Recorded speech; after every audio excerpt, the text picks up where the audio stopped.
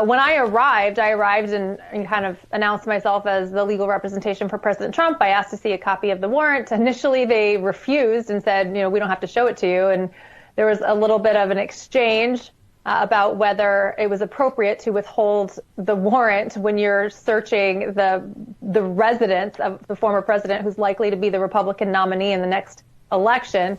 So they conceded and let me see it. They did not give me a copy of it right away, but they did let me see it. It was very, I would say, thin. And as you can tell from public records, the affidavit, the supporting documentation of what the probable cause was to obtain the warrant has been sealed, so we're not allowed to see that. We have to go to court to request the judge to release that, which may or may not happen. So we don't know what the probable cause is, why they were allowed to search, but they did.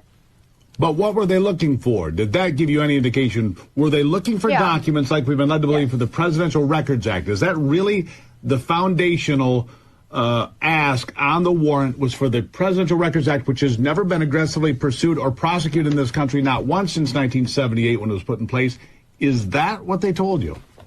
Yes, and that actually is. They also said that they were looking for classified documents, evidence of a crime as far as classified documents go. So they were looking for both classified information that they think should not have been removed from the White House, as well as presidential records. The irony of both, if you want to call it that, is that it is the president himself who gets to decide what is a presidential record. So why they get to redefine that is unclear, and why they get to search, why that's even in a warrant, it doesn't really make any sense. And the same thing with any potential classified information, which I don't believe there was any down there. We had done a search of it before and didn't find anything noteworthy. Yet I'm sure that they're claiming that there was something, terribly egregious, that's a grave matter of national security. But we'll find out. I find that hard to believe.